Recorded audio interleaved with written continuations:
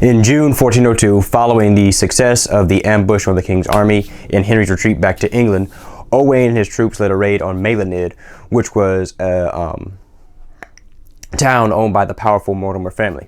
And he did this to discredit the Marcher Lords, because if the Marcher Lords, who were the ones who basically built the ring of castles around Wales to keep the Welsh under subjugation, if they could not protect their own land, then their credit as nobles and authority figures went down.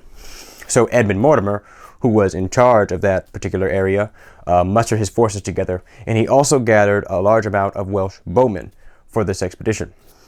After that, a raid on Knighton prompted him to retaliate and go and catch the Welsh before they could disperse, because the Welsh up to this point had been using guerrilla tactics. Remember previously when Henry invaded, they didn't engage him in open battle. They would hit, run, hide, and then they would disperse, because it's very easy to catch, a large group of 800 or 1,000 men together in one big bunch. However, if they scatter everywhere, you can't chase them. You can't chase 1,000 people if they just scatter, or several small bands of 10, 25, and so on. So he wanted to intercept them before they could disperse back into the countryside, and then just wait out the rainy and winter season as they had previously done so. So he deployed his troops to go and catch them. And so on June 21st, they arrived at Witten, and wanted to catch them. Now, this would result in the Battle of Bryn Glass Hill. And it's possible that Owain was not actually present at this battle, but Rhys Gethin was the one who was in charge of the Welsh forces. So the English had anywhere from 2,000 to 3,000 troops, whereas the Welsh had about 800 to 1,100. So they were grossly outnumbered, and they were also, again, still outclassed as far as arms and equipment went. The English had heavier armor, and they had better equipment. But that, just like for Henry, it worked against him because it was hard to move that large force through Wales. It was also hard for them to keep up with the speed of the Welshmen. So Rhys wisely put the bulk of his forces up on the hill. His infantry he placed on top of Bryn Glass Hill, and he had a vanguard of archers beneath them to intercept the English forces. So as the English were approaching, he ordered his archers to fire just volleys of arrows at them, which disrupted their formation and slowed them even further. And then he told his soldiers to beat up the hill, to retreat. The English gave chase, but because of their heavier armor and all their equipment, they weren't able to keep up.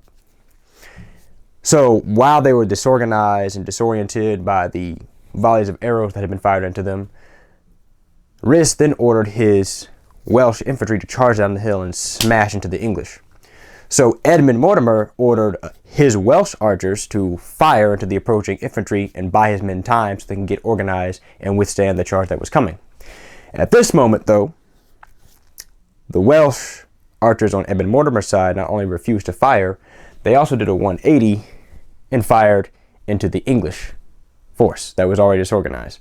Now, it's unknown officially is unknown as to whether or not this was something that was pre-planned and the Welsh had joined Edmund Mortimer's troops on purpose so that when the time for battle came, they could make sure that their guys won. There's also a theory out there that suggests that the Welsh saw their incoming countrymen and said, we're not gonna win this battle, so why don't we just fire on the enemy and get out of the way and let them do their job. However, my personal opinion, I do think it was planned in advance, because that's just, that's smart. If the enemy comes and says, hey, we want to recruit Welshmen to fight Welshmen, I'd be like, hey, join them, and then when the time for battle comes, just join us. Very easy for victory.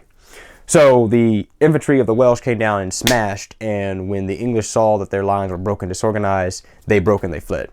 And when battles become a rout, it's much easier to destroy the enemy, because instead of if someone's standing and fighting against you, it's more difficult to kill them. But if they're turning their back towards you and trying to run away, it's much easier to kill them.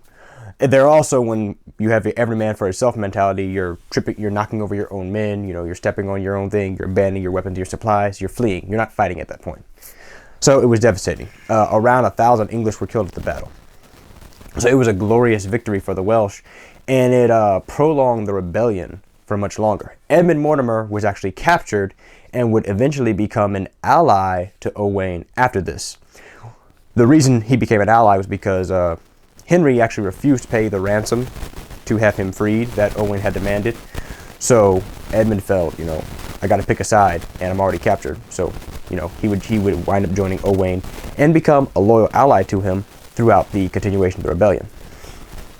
So the Battle of Bryn Glass Hill is it was a huge upset for the English. The English had the bigger numbers. They had the superior